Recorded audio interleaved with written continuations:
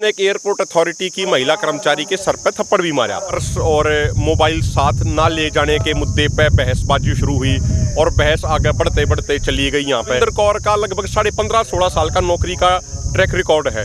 ऐसा कोई नहीं बचा होगा जो उन्होंने ना किया हो।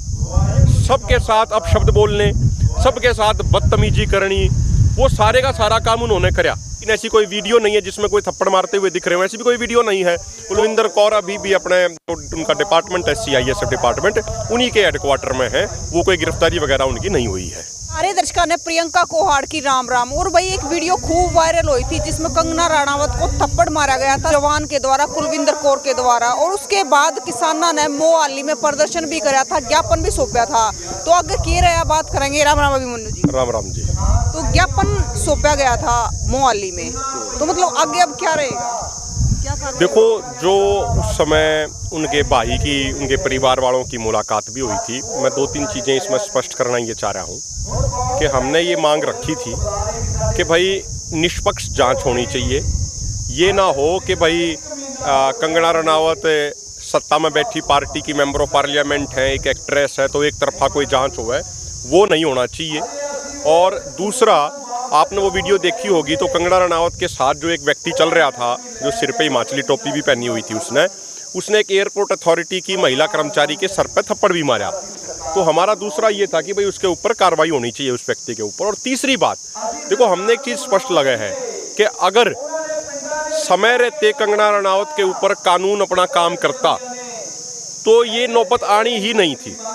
कंगना रनावत पिछले लंबे समय से, पिछले आंदोलन के दौरान भी ये कह रही थी कि भाई जो ये महिलाएं आंदोलन में शामिल होने आती हैं, ये 100 रुपये में आती हैं। तो इस तरीके की अपशब्द, इस तरीके की आपत्तिजनक भाषा, अपमानजनक भाषा किसी को भी इस्तेमाल नहीं करनी चाहिए। यदि कोई व्यक्ति, यदि कोई महिला अगर MP बन गए या नेता बन गए या मंत्री बन गए, उसका ये अर्थ नहीं है कि उनको ये अधिकार मिल जाए कि वो किसी भी समाज के बारे में, किसी भी व्यक्ति के बारे में कुछ भी अनाप शनाप बोल दे। तो ये सारी चीज़ें, लेकिन वो लगातार बोलती रही। कानून ने अपना कोई काम नहीं कराया।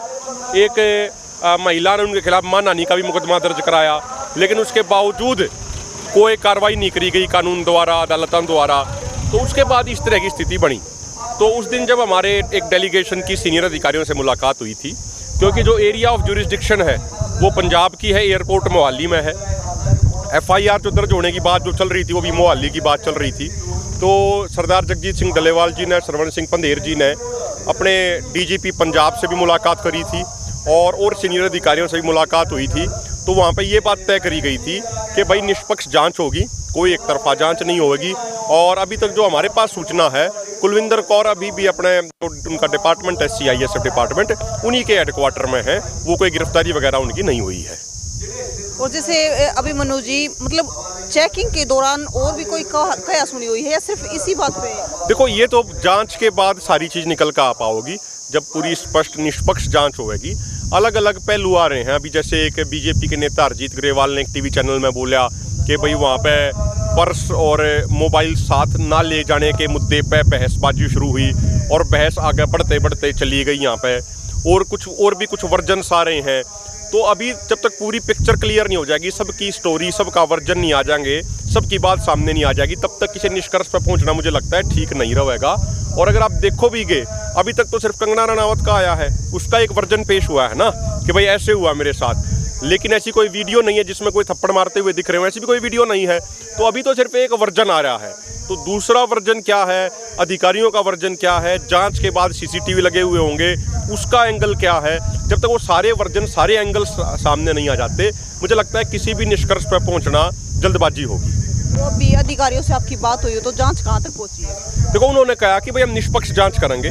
जब ये 9 तारीख को हमारा प्रोग्राम था, हजारों की संख्या में लोग गए थे मोहाली SSP दफ्तर के बाहर, तो उस समय उन्होंने कहा था भाई जब भी जांच होगी वो निष्पक्ष तरीके से होगी, कोई पार्शलिटी, कोई एक तरफा वो नहीं किया जाएगा। तो अभी देखना ये है कि जांच पंजाब पुलिस कब शुरू करती है, क्योंकि जहाँ तक मेरी लेटेस्ट जानकारी है, अभी भी जो कुलविंदर कौर हैं वो गिरफ्तार नहीं कर रखी। वो अपने जो डिपार्टमेंट है उनका, CISF central industrial security forces, जिसके अंदर उनकी ड्यूटी है, जिसके तहत, तो वो भी वहीं पे हैं, उन्हीं के ऑफिस में हैं। और ये भी जांच के समय ये भी चीज़ देखी जानी चाहिए कि कुलविंदर कौर का लगभग 15.5-16 साल का नौकरी का ट्रैक रिकॉर्ड है और एक बार भी किसी भी तरह की अनुशासनहीनता उनके द्वारा नहीं करी गई। ये 15.5 साल का उनका रिकॉर्ड है। वहीं दूसरी तरफ इस पूरे मामले में जो दूसरी महिला हैं कंगना रनावत, आप उनका 8-10 साल का ट्रैक रिकॉर्ड अगर देख लोगे तो ऐसी नालायकी, ऐसा कोई गलत व्यवहार ऐसा कोई नहीं बचा होगा जो उन्होंने ना किया हो। सबके साथ अपशब्द बोलने, सबके साथ बदतमीजी करनी, वो सारे का सारा काम उन्होंने करा। बाकी मैं किसी के जीवन पर पर्सनल टिप्पणी नहीं करना चाहूँगा और करनी भी नहीं चाहिए, लेकिन सामाजिक तौर पर जो उन्होंने घटिया बयानबाजी करी उसके सैकड़ों उदाहरण हैं। सैकड़ों मुकदमे उनके ऊपर पहले से अलग अलग लोगों ने आरोप लगा रखे हैं। तो एक तरफ वो महिला है जिसने साढ़े 15-16 साल में एक कोई दाग नहीं है, दूसरी तरफ वो महिला है जिसकी हर बात पर शक किया जाना चाहिए, जांच होनी चाहिए। तो इसलिए अभी बहुत कुछ सामने आओगा, जब जांच पूरी हो जाएगी जब पता लगेगा।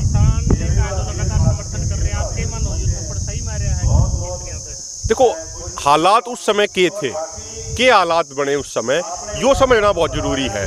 भाई अगर चेकिंग के नाम पर कोई बदतमीजी हुई, कोई धक्का मुक्की हुई है तो वह स्थिति अलग है, और अगर वैसे हुई है वह स्थिति अलग है।